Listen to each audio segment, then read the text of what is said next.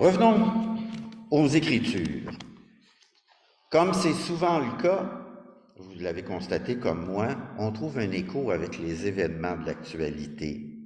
Et le récit après la manifestation de Montréal hier, de la convergence syndicale pour réclamer des hausses significatives et la convocation par le gouvernement des gens pour des grandes firmes alimentaires pour essayer de gérer les prix, on se rend compte que ça tire de tous bords, tous côtés dans notre société et que l'enjeu d'un juste salaire et d'un accès équitable aux ressources refait surface comme jamais, peut-être, en tout cas comme dans notre contexte. Tristement, il y a bien des nations, bien des milieux où ces enjeux-là sont ceux d'une survie quotidienne.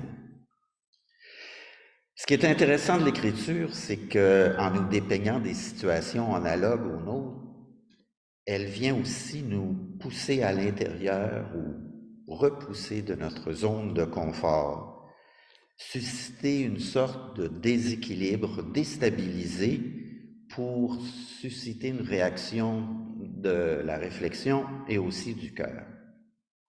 Idéalement, c'est le contexte. Il faudrait lire un livre complet et j'espère que vous le faites ça assez régulièrement. Vous gardez au moins chaque jour un temps pour une lecture suivie des Écritures. Parce que les extraits du dimanche qu'on a, si nourrissants soient-ils, sont toujours dans un contexte global. Si vous avez la chance de venir chaque dimanche, là, des fois, vous pouvez comme faire les liens entre les points, comme les dessins avec des numéros, puis des points, on prend le crayon, puis ça fait une image. Ben là, les derniers extraits des évangiles qu'on a entendus parlent toujours d'une manière ou d'une autre de l'argent, de la gestion des biens, de ce qui est important, de ce qui prime, de notre manière, de notre attitude. Donc, une lecture soutenue. Si vous ne le faites pas, je vous invite à utiliser ce premier jour de l'automne, franc, pour prendre une belle habitude, 15 ou 20 minutes par jour, pas long, de méditation, un petit chapitre de la Bible, juste un. Prenez le temps aussi, si vous avez, peut-être avoir un petit stylo, puis notez dans un carnet vos idées, les questions qui viennent, les oui, non, ça n'a pas d'allure, tout ça. Et les intentions de prière, qu'est-ce que ça vient chercher pour vous? Et vous allez voir que chemin faisant, au fil des jours, semaine après semaine, ça fait une différence immense dans votre familiarité et votre appréciation de la Bible, et aussi dans votre réceptivité aux intuitions de l'esprit qui souffrent pour nous guider. Alors, plusieurs d'entre nous, on suit des quotidiennes, comme on dit, des 20 minutes à la télé, ou 20-25 minutes. Alors, 15 minutes par jour de Bible, de prière. Bon, j'arrête ce petit commentaire pratico-pratique, mais l'occasion était belle, puis évidemment, c'est un rappel que je me fais à moi-même d'ailleurs. Hein? Je ne suis pas au-dessus de la mêlée là-dessus. J'ai toutes sortes de bonnes raisons pour ne pas y aller. Revenons aux extraits du livre du prophète Jonas et de l'évangile de Matthieu que Coralie nous a lu. Ben, sans rentrer dans une explication, une exégèse élaborée, il convient d'aborder Jonas comme un conte philosophique. Hein? Les détails fantastiques dedans, c'est un peu comme les effets spéciaux au cinéma.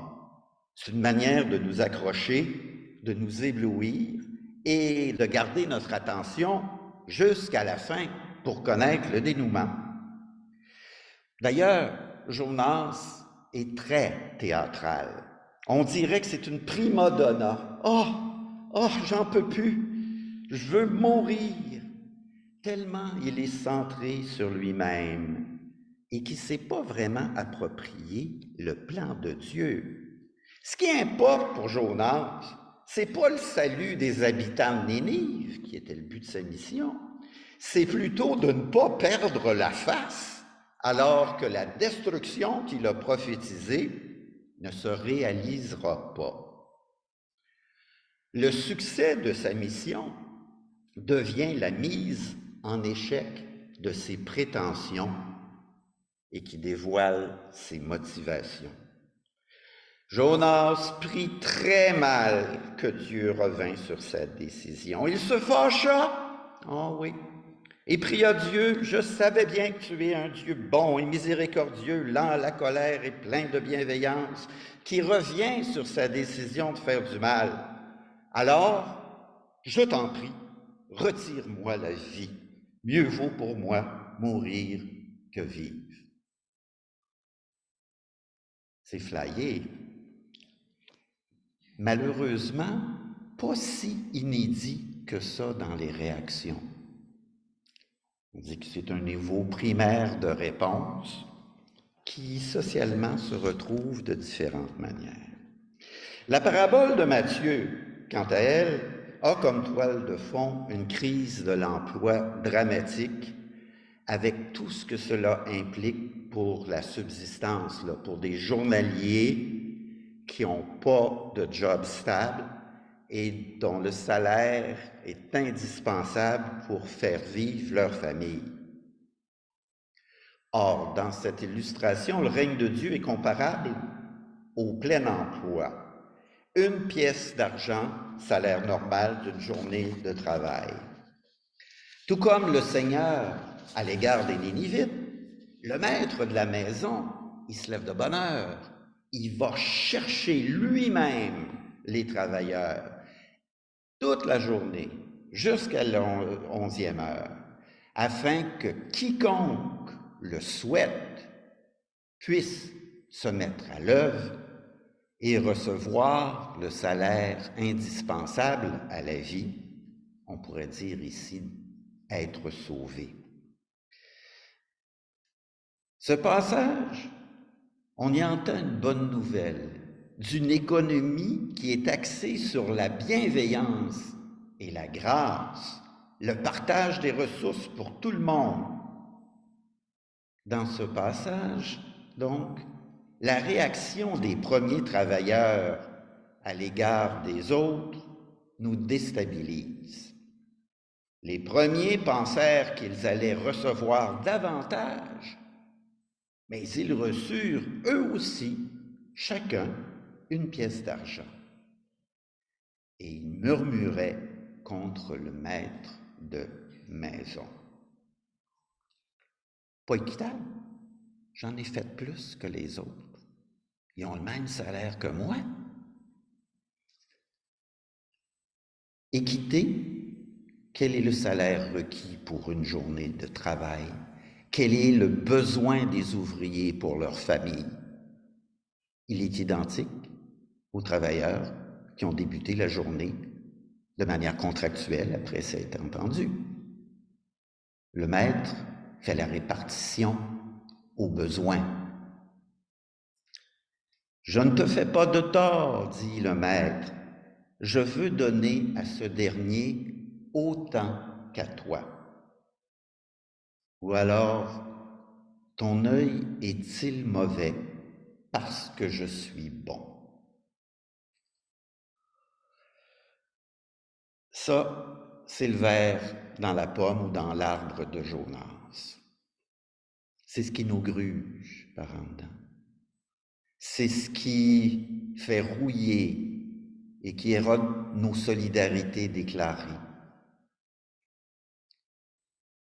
Le petit moi, j'en parlais l'autre fois, l'ego, crispé sur ses peurs et sa peur de manquer, sur ses besoins, veut avoir raison à tout prix et souhaite assouvir ses désirs.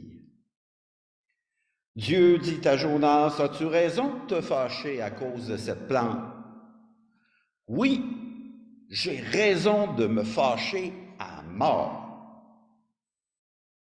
Cette propension psychologique au nombrilisme, à accaparer toujours davantage pour soi-même, sans égard aux conséquences pour autrui, ouais, c'est le ver.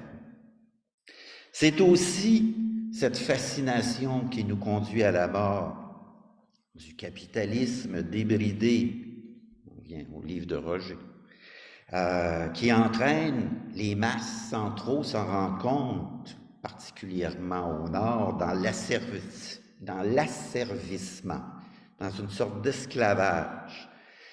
Je vais consommer de plus en plus. Je vais avoir plus gros. Et là, je vais être enfin rassasié ou je vais être en paix ou content. Mais c'est faux, on le sait. Cette prospérité économique qui est tout sauf économe et qui saccage la création, la croissance infinie, pas possible. Notre terre en agonise. L'envie, la jalousie, l'amertume et le ressentiment se drapent d'un manteau de justice et d'équité. Or, l'économie du règne de Dieu, c'est revêtir la justice intégrale du Christ, lui qui est l'humain renouvelé, qui reçoit de sa communion au divin le sentiment de sa valeur et de sa sécurité, l'assurance du salut et d'une vie qui jaillit dans le présent. Jamais la consommation ne pourra apaiser un cœur inquiet. Seul un rapport transparent, harmonieux avec le sens de l'existence peut le faire. C'est cette expérience de la grâce qui nous est faite, nous qui sommes les derniers.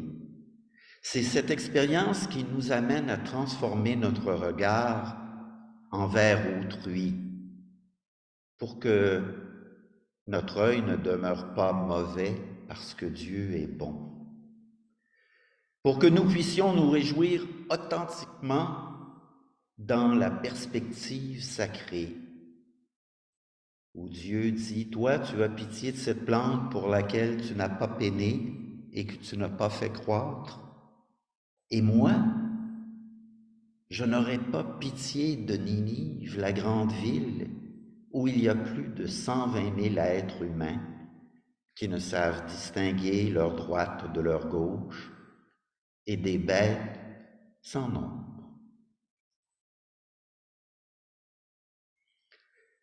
Lors d'une rencontre de groupes communautaires dans les années 80 pour la répartition de sommes à des groupes de justice sociale, j'étais en interaction avec un ami d'un groupe communautaire, la CEF, tiens, pour ne pas le nommer, et j'ai évoqué cette parabole. Vous auriez dû voir la réaction. Comment ça? C'est pas juste. Écoute, tu peux pas donner la même paye aux gens qui ont fait juste une heure, bon, puis ainsi de suite. Je savais que ça créerait des flamèches, et puis je n'avais pas de réponse satisfaisante, sinon que de créer ou de jouer sur ce déséquilibre. Dans le fond, la justice divine, l'économie et l'équité, c'est qu'en Christ, peu importe l'heure à laquelle nous soyons arrivés, nous sommes des premiers, par pure grâce. Amen.